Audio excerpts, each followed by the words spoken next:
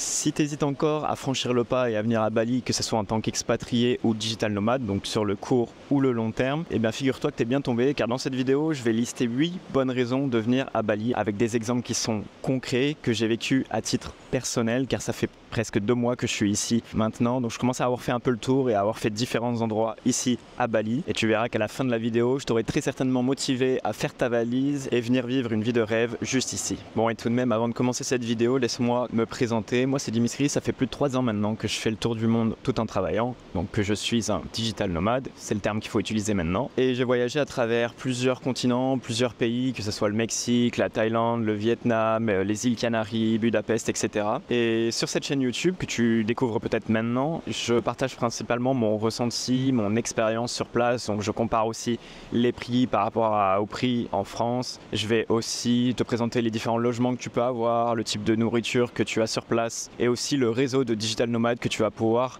te faire en allant dans un pays précis.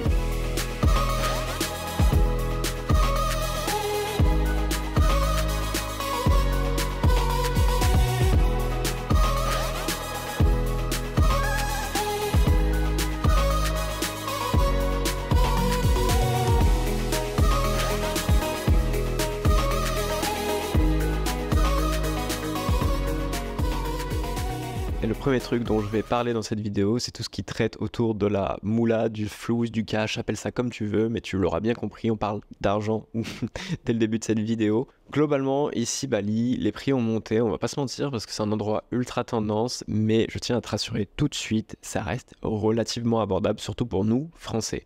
Je t'explique pourquoi. Déjà en termes de logement, ça reste vraiment intéressant, je trouve. Alors ça dépend de tes attentes, mais à titre perso, ce que tu vois derrière moi, c'est mon logement, bien entendu. J'ai une chambre avec salle de bain privée, avec un énorme lit. Enfin, je trouve que la chambre est plutôt sympa, avec balcon aussi. Et j'ai une piscine partagée et une cuisine partagée. Au total, il y a 8 logements similaires aux miens ici, donc on n'est pas trop nombreux, ça va. Et il y a un staff aux petits soins, donc ils viennent faire ta chambre si tu as besoin tous les jours, ils viennent la nettoyer, etc. Si tu as besoin d'un truc, ils te l'amènent en 2 secondes.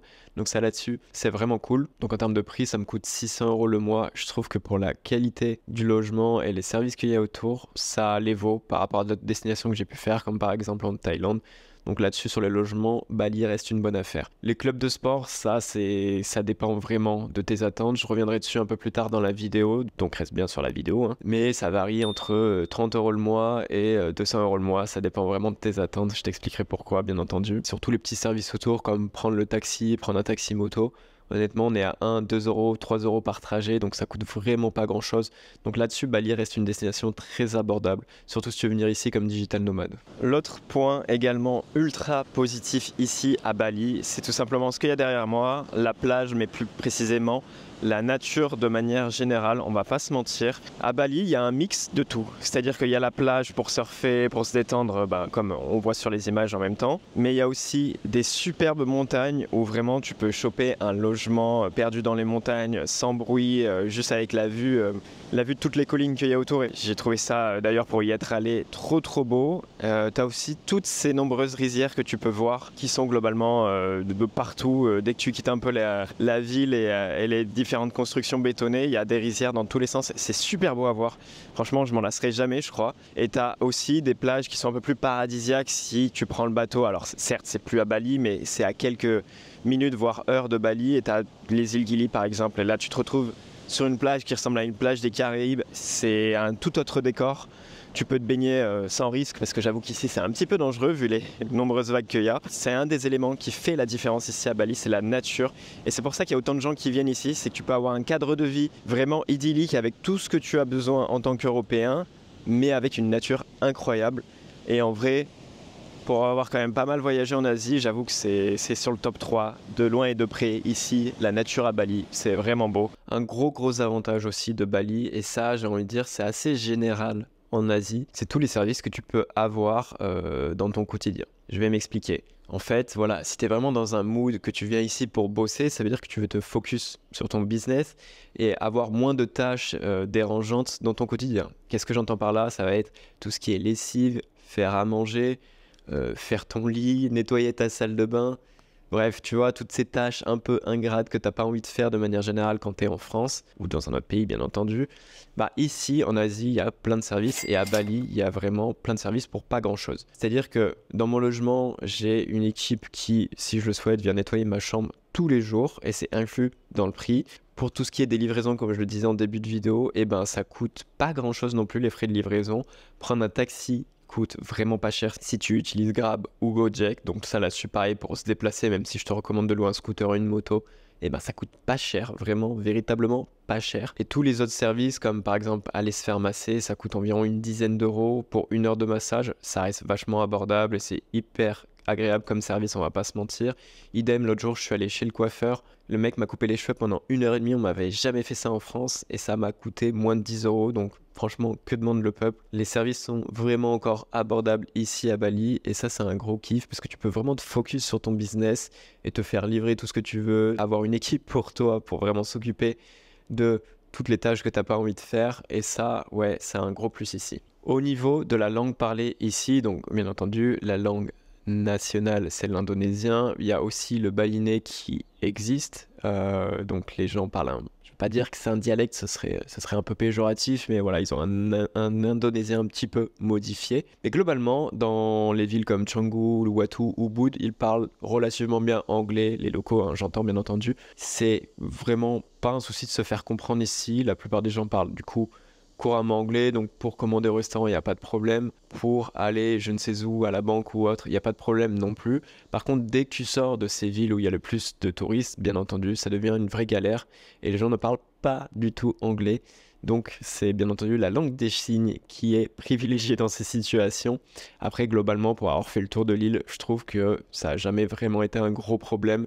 Tant que tu peux te faire comprendre, c'est l'essentiel. Et vu que la moitié des gens parlent relativement bien anglais, comparé à d'autres destinations comme le Vietnam ou la Thaïlande, tu peux vachement plus parler aux locaux ici à Bali. Donc ça là-dessus, pas d'inquiétude, tout est sous contrôle à condition de parler un minimum l'anglais bien entendu. Et un des plus gros avantages ici à Bali, c'est la quantité de sport que tu peux faire.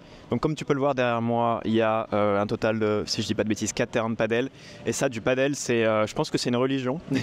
Depuis une dizaine d'années à Bali, c'est un délire, le nombre de clubs de padel que tu peux avoir ici. Donc si les sports de raquettes, c'est vraiment un truc qui te plaît, mais tu vas être tellement heureux ici, il y a genre du padel dans tous les sens. Et là je viens juste de prendre un cours d'ailleurs, ça m'a coûté quand même 900 000 roupias, donc je crois que c'est l'équivalent d'une cinquantaine d'euros, donc au final c'est pas tant différent de la France, je pense. J'ai jamais pris de cours en France, donc dites-le moi dans les commentaires si je me trompe. Mais en tout cas, sur les sports de raquettes et surtout le padel, c'était vraiment servi. Ensuite il y a plein d'autres trucs vraiment intéressants, notamment au niveau des gyms. J'ai jamais vu des offres de ce côté-là aussi complète. Je t'explique, en fait, quand tu vas dans un club de sport, typiquement Obsidian, Elite, Body Factory, c'est vraiment des offres clés en main. Alors certes, c'est un peu cher, hein, on est quand même pas loin de 200 € le mois, mais tu as la salle de sport et tu as le spa avec. Et quand je dis spa, c'est ice bath, sauna, hammam, tu as vraiment aussi le coin pour s'étirer, la piscine. Ils te font tout un service avec des repas clés en main, c'est-à-dire que tu choisis ton quota calorique, tu choisis tous les ingrédients que tu veux, ils te font des plats. Honnêtement, je comprends pourquoi il y a autant par exemple de bodybuilders ici, c'est que c'est tellement facile de progresser et d'avoir tout qui est fait pour toi de ce côté-là que je comprends tout à fait pourquoi les gens viennent ici et s'inscrivent dans des clubs de sport à 150, 200 balles. Je comprends tout à fait. Au début, j'étais là en mode ouais, je comprends pas trop, mais maintenant je comprends. Donc là-dessus, l'offre est vraiment folle. Pour moi, c'est une des forces de Bali parce que faut pas oublier que ça reste une île et en principe sur les îles, il y a des choses que t'as pas forcément, etc. Mais ici, t'as tout. Où t'as quasiment tout. Je veux dire, j'ai même trouvé des clubs d'escalade, de trucs comme ça. Franchement, je me demande ce qui manque réellement. Donc là-dessus, gros point fort sur Bali si t'es sportif, mais tu vas te régaler. Sur les restaurants maintenant, on est environ à 4 à 6 euros le plat dans les restaurants occidentaux, je précise, donc les trucs un peu tendance, genre si tu veux un burger, un plat de pâtes ou une pizza, ça reste encore abordable parce que je trouve que la qualité des plats est vraiment cool ici à Bali. Genre visuellement, ils sont toujours très beaux, les restaurants sont toujours stylés, donc ça fait plaisir d'aller dans des endroits comme ça. Après, tu peux aussi te faire livrer avec Gojek ou alors Grab. Et là, pareil, on est dans les mêmes prix, hein, ça dépend où tu commandes. Et là, du coup, je viens juste d'utiliser Grab justement pour commander de la nourriture, ce qui est un gros avantage. C'est comme Uber Eats ou Deliveroo, peu importe. Mais du coup, à Bali, c'est ultra présent. En moins de 30 minutes, on peut se faire livrer plus d'une centaine de restaurants. Et du coup, on perd pas de temps à faire à manger ni quoi que ce soit. Et franchement, le service est plutôt cool. Là, j'ai commandé du coup un espèce de wok poulet, riz, légumes. qui m'a l'air très appétissant. C'est arrivé en 25 minutes et je vais pouvoir me focus sur le montage de mes vidéos que j'ai à faire tout en mangeant. Donc c'est vraiment un gain en productivité. Ça, c'est super cool et hyper pratique à Bali. Après, bien entendu, si commander tout le temps des plats sur Grab, c'est pas ton truc, je te rassure. À Bali, de manière générale, il y a que des restos stylés de partout. Je voulais t'en présenter un qui se trouve plutôt du côté de Ubud, dans la Cambrousse de Ubud, hein, pas Ubud même. Ça s'appelle Park Q Ubud. C'est un endroit assez dingue. Pour te dire, derrière moi, là, Attends, je peux tourner la caméra, tu verras. J'ai des motos de course anciennes, type Café Racers, etc. collées au mur. Juste à ma gauche, là, bon, je peux pas tourner la caméra, mais j'ai un avion de chasse ou quelque chose de similaire posé en l'air qui déborde sur le restaurant. C'est un truc de ouf. Et il y a plein de petits artefacts, objets artisanaux, vraiment de partout en fait. Bon, après, ça, c'est typique et c'est propre à Ubud. Mais l'endroit est vraiment incroyable. Il y a juste à côté une salle de sport avec piscine, une immense piscine trop stylée. Derrière, il y a 2-3 boutiques de vêtements, pareil. Bon, je pense que ça coûte un peu d'argent, mais c'est ultra stylé. Le restaurant est très bon. J'ai super bien mangé, là j'en suis au café, donc voilà, j'ai dévoré mon plat. Et il y a aussi un petit, là si je tourne on verra, un petit coworking où les gens se mettent ici pour bosser. Donc non, en vrai, cet endroit est incroyable, on me l'a conseillé. Je suis pas déçu d'être venu. Et ça, à Bali, de manière générale, il y a plein de spots trop stylés, trop ouf. Tu peux bien entendu manger local pour pas très cher, mais ce genre d'endroit, c'est...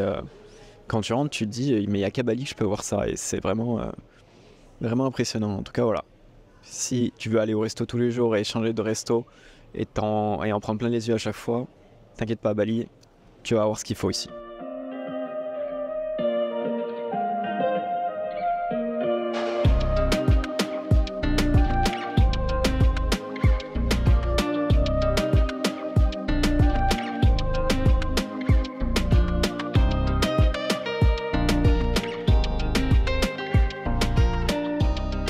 Et là, du coup, je viens juste d'arriver chez Tribal, qui est un coworking qui se trouve à côté de chez moi. Et honnêtement, c'est vraiment un de mes endroits préférés pour travailler, pour la simple et bonne raison que déjà, c'est rempli de digital nomades, limite trop parfois, parce que du coup, c'est un peu dur de trouver une place. Mais pour te faire ton réseau ici, c'est vraiment un des meilleurs endroits.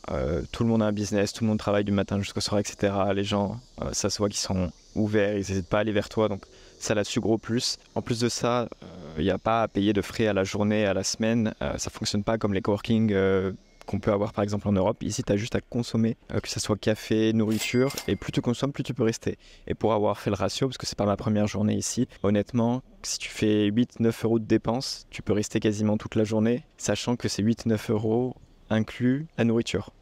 En fait, j'ai payé pour manger et ça m'a permis de rester. Quoi qu'il en soit, il fallait que je mange. Donc au final, c'est vachement intéressant. Puis il y a une magnifique piscine qui me donne juste envie de sauter dedans. Malheureusement, j'ai pas pris mon maillot aujourd'hui. Gros regret. Mais ouais, l'endroit est magnifique. Et ça, à Bali, il y a plein de spots de partout comme ça. C'est vraiment fait pour les digital nomades. Franchement, je vois pas ce qui pourrait être mieux que ça. Donc voilà. D'un point de vue coworking, si tu viens à Bali, ne prends pas peur, tu auras 10 000 endroits où travailler. Ça va être juste du clé en main pour toi, les endroits vont être juste incroyables et franchement, tu vas te sentir rapidement accueilli. Donc là-dessus, aucun souci. Il y a aussi un point ultra important que je voulais aborder dans cette vidéo, c'est l'aspect sécurité. Alors là, je serai peut-être un peu plus général parce que je vais sûrement englober l'intégralité de l'Asie du Sud-Est. Globalement, Bali et l'Asie du Sud-Est, du coup, c'est très safe. Je m'explique, en fait, ici, les vols, il y en a très peu. C'est pas comme chez nous en Europe où c'est monnaie courante. Ici, tu peux presque dans certains endroits laisser les clés de ton scooter sur le scooter.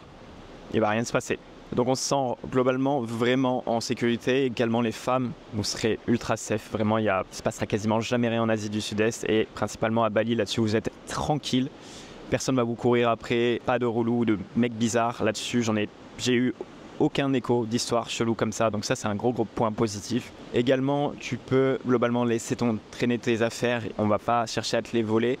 Je tiens tout de même à te prévenir, à Bali j'ai eu quand même écho de quelques cas de vol à l'arraché, plutôt dans le centre de Canggu, etc., où il y a la fameuse technique, quelqu'un te pousse, tombe sur toi et prend ton téléphone sans que tu t'en rendes compte. Voilà, on me l'a raconté, donc après moi ça m'est pas arrivé, je touche du bois d'ailleurs, je me dois quand même de la dire face caméra. Après, sinon pour le reste, Bali c'est très safe. Si tu restes à ta place, que tu vas pas faire des bails chelous ou quoi que ce soit, tu seras tranquille et tu vas pouvoir avoir l'esprit zen. Et ça c'est quand même ultra important dans un pays, c'est de se sentir vraiment en sécurité. de savoir qu'on peut laisser traîner ses affaires dans sa chambre et que personne va venir forcer la fenêtre pour tout nous voler. Donc ça là-dessus, pour moi, c'est très certainement un des éléments les plus importants quand je voyage dans un pays et j'avoue que ça, ici, t'es plutôt tranquille. Donc encore un autre point positif pour Bali.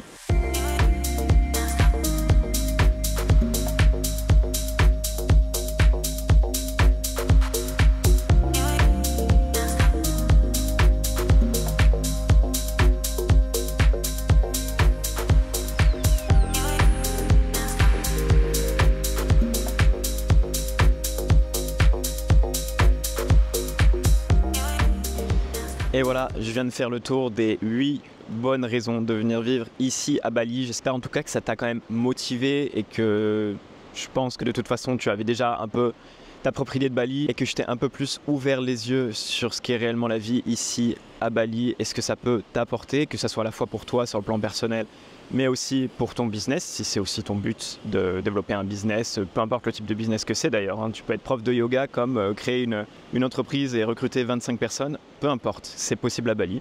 En tout cas, si tu veux soutenir la chaîne, il y a un seul truc à faire, c'est simplement t'abonner. Là, elle est encore nouvelle, c'est quelque chose de crucial pour moi pour continuer à me motiver à faire autant de vidéos. En principe, j'en sors une par semaine, donc voilà, il y a quand même pas mal de contenu qui arrive prochainement, et pas uniquement sur Bali, hein, sur le monde entier, je tiens à le préciser. Et mis à part ça, je te laisse poser toutes tes questions en commentaire. Tu peux aussi me suivre sur mes différents réseaux sociaux qui s'affichent en bio. Et d'ici là, je te dis porte-toi bien et on se dit à la prochaine. Ciao!